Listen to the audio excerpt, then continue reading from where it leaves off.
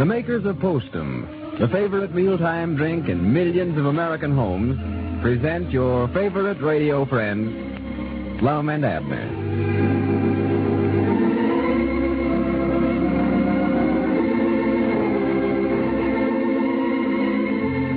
In Dickens' famous story, A Christmas Carol, remember the grouchy, mean-tempered old man, Mr. Scrooge? Well, even today, I think we run across a lot of people almost as bad-tempered as old Scrooge, don't you? And the pity of it is that most cranky people don't want to be that way. Usually, they're what doctors call nervous irritables, people who suffer from indigestion or headaches or can't sleep at night. Any one of those symptoms may mean that you have coffee nerves. For while many people can drink coffee without becoming jittery, many others cannot. If coffee nerves are making a nervous irritable of you, switch to Postum. For Postum contains no caffeine or stimulant of any kind, and it's as delicious as it is satisfying, with a cheering aroma and distinctive, mellow flavor that is Postum's own. For your convenience, it comes in two forms. Postum cereal, the drink you make by boiling or percolating, and instant Postum, mixed instantly in the cup. So, if coffee nerves upset your digestion, keep you awake, or make you feel headachy, switch to Postum with your meals. See how you improve the first few days.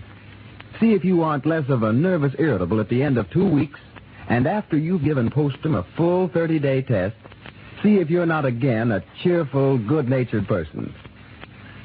And now, let's see what's going on down in Pine Ridge.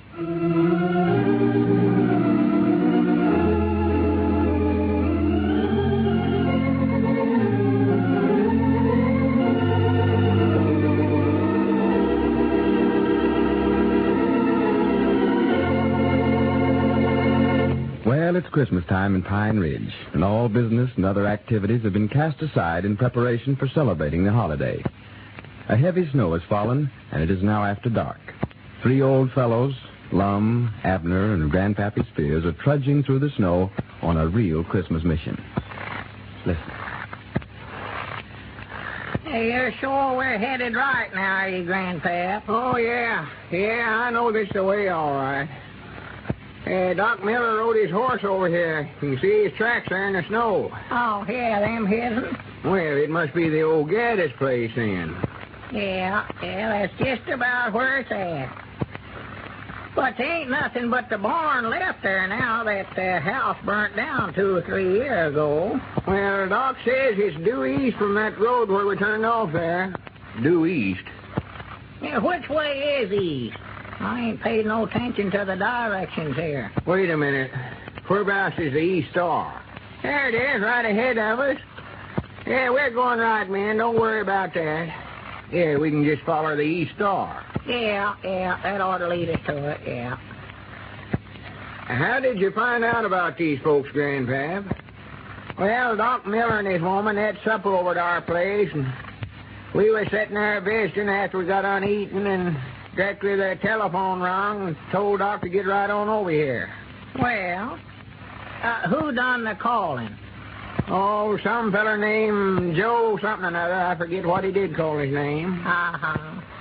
He went over to some neighbor's house to call.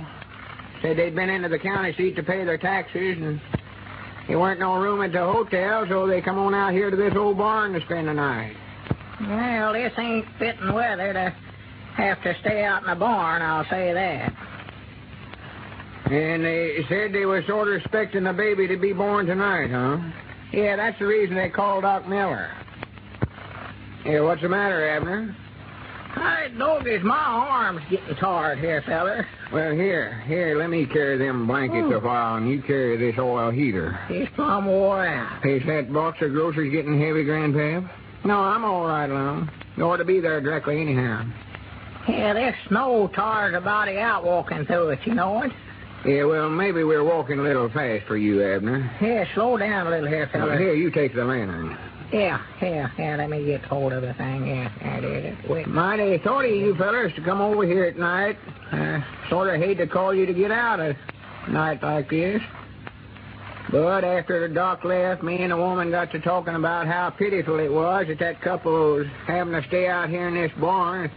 Nothing to eat and all? Why, sure. I'm just glad you called me, Grandpap. Just proud to have a chance to help. Yeah, this makes it seem more like Christmas to me, doing for somebody else. Why, sure. You know, you just can't do things to make other folks happy without making yourself happy at the same time. I've always said that. Trouble with a lot of us, we sort of lose the Christmas idea altogether. Think too much about ourselves. The real Christmas spirit is the happiness we get out of making other folks happy. Well, yes, it is. Now, there we was, sitting there at home, busy romping what we was enjoying ourselves. These folks out here spending the night in the old barn this way. No, there just wouldn't have been no Christmas to it if you hadn't have called us up, Grandpappy, sure wouldn't. Well, I knowed I could depend on you, feller. Now, man, if it's the old Gaddis place, we ought to be able to see it from the top of this hill here. Wait a minute. Believe that's the barn yonder, ain't it? Yeah, that's right where they're at, sure as the world. Well, now, that's due east from where we was at, all right, for there's the east star right over the top of the barn yonder. Yeah, there's Doc's horse tied to the fence there, too. Yeah, believe it is. See the light shining through the cracks in the walls. Yeah. Well, sir, now that's a shame that them folks never let some of us know they needed a place to stay. Why, we've got plenty of room over there at our place. Just been glad to have them, Well, this feller that called Doc said they's looking for a place to stay and seen this barn weren't being used, so they just put up there for the night. Uh-huh. Whereabouts do they live, Grandpap? Did he say? Why, yeah, they're from over about Pleasant Valley, Summers, Abner. Pleasant Valley? Yeah, he told Doc he never had no cash money, taking every nickel he had to pay his taxes, but said if he'd make the call for him, why, he'd work it out quick as he could. Well, old Doc never refused a call in his life, I don't reckon. No. I've knowed him to get up in the dead of night in the worst kind of weather to go call on the sick. When he knowed before he went, he never would get no pay for it. Oh, yeah. Yeah, I don't know what we would do without old Doc here in this community. Oh, he's a feller, he is. Whilst there's some that says his methods is a little old-fashioned, but granted, I'll take my chances with him every time. Well, he's pulled me through the shadows time and again. I've always said that Doc never practiced medicine for what money he got out of it, as much as he does for the good he can be to his fellow man. I've always said it. No, sir, if there ever was a man that's got to preserve seed in a better world, it's old Doc Miller. Yes, he has. We better not be talking too loud, fellers. We don't want to disturb him now. No. Let's be as quiet as we can here, man. You got to let Doc know we're here somewhere or other. Yeah. Hey, granny, I'm wore to a frazzle. I'm too. I don't know whether I'm out of breath or got too much. Wore to a frazzle. I reckon it won't hurt nothing to tap on the door, sort of gentle, will it? No, go ahead, Lon. They might be needing this oil stove in there. I don't hear a sound in there. Well, I don't believe you knock quite loud enough, Lon. Maybe they never hear it. Wait a minute. Here comes somebody at the door. Hey, howdy, Doc. Oh, hello there. Well, what are you three old codgers doing out here this time of the night? Well, we just got to thinking after you left, Doc. These folks might be needing something. Yeah, Doc, we brung an oil stove and some bed covers. Yeah, and here's a box of groceries, too. Well, now, they can certainly use them. Having any heat of any kind in there. Using what little hay was left in there for a bed. Piled it all up in the manger and made a pretty good bed. But now these covers will come in very handy, man. Good. How is the lady, Doc? Oh, getting along as well as could be expected, Lom. Here now, I'll take these things on in and have her husband light this heater and warm the place up a little. You men better stay out here for a little while. Oh, yeah, sure. You go ahead, Doc. We'll wait out here.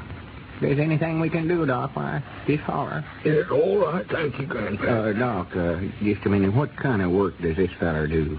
Oh, why, he said a while ago that he was a carpenter by trade, Lom. Carpenter? Yes, said he'd been out of work for quite a while, though. Yeah. Well, here now, I better get back in. Oh, yeah. said he was a carpenter, huh? Yeah. I was just thinking, Abner, we've been talking about having a loading platform built there for the back door down to the store. I think it'd be a pretty good idea to just hire this feller to do a little fixing up around the store there for us. Why, yeah, we was talking about putting some shelving across the back there, too. Yeah. Huh? Might just let him do that while he's at it. Well, he'll want to be nigh his wife and baby for a few days now, I reckon. Oh, sure. Quick as Doc thinks it's safe for him to be moved, I'm going to insist on him coming right on over there to our place and staying. Well, now, that'd be the best place in the world for him, Grandpa. Aunt Charity could take better care of him than anybody I know. Oh, my, yes, she'd get a sight of enjoyment out of looking after that baby, I know. Just loves children. Oh. Yeah, that woman of yours, Grandpap, has mothered every young'un in the community, I reckon. Yes, sir, I was just thinking here, man. Sort of funny. Here we are, 3 old codgers, getting along in years, standing around out here waiting for a little baby to be born. It's sort of like as if we was waiting for somebody to take our place. Yeah, well, of course, we don't like to talk about such things, but now we've about served our time, I reckon, men. Won't be long before we'll have to move on. There'll be somebody else to take her place. Oh, yeah, Lord me, they'll soon forget about us. It's sort of like the years. Here, 1938's almost gone. There's been a lot of things happen, but it'll all soon be forgot. There's been lots of joys and happiness. Yeah. On the other hand, there's been lots of heartaches and lots of blasted hopes. But there's a new year coming, and we all get to start all over again. Here come 1939, bringing new hope and new courage. And we're sort of like the years, us 3 old fellers. We're sort of like 1938, and we're waiting on 1939. The little baby in yonder. Yeah, well, it's just like I've always said. Now, wait a minute, I believe somebody's coming to the door now. Oh, maybe it's Doc. Any news yet, Doc? Well, men, it's a fine baby boy.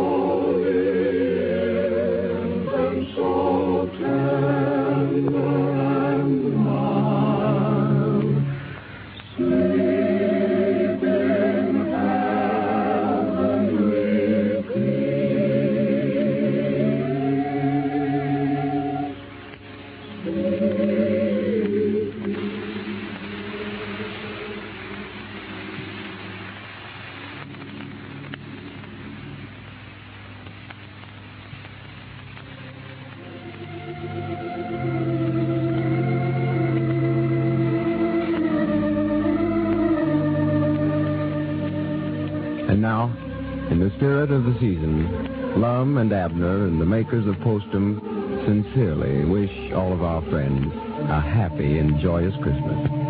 This is the Columbia Broadcasting System.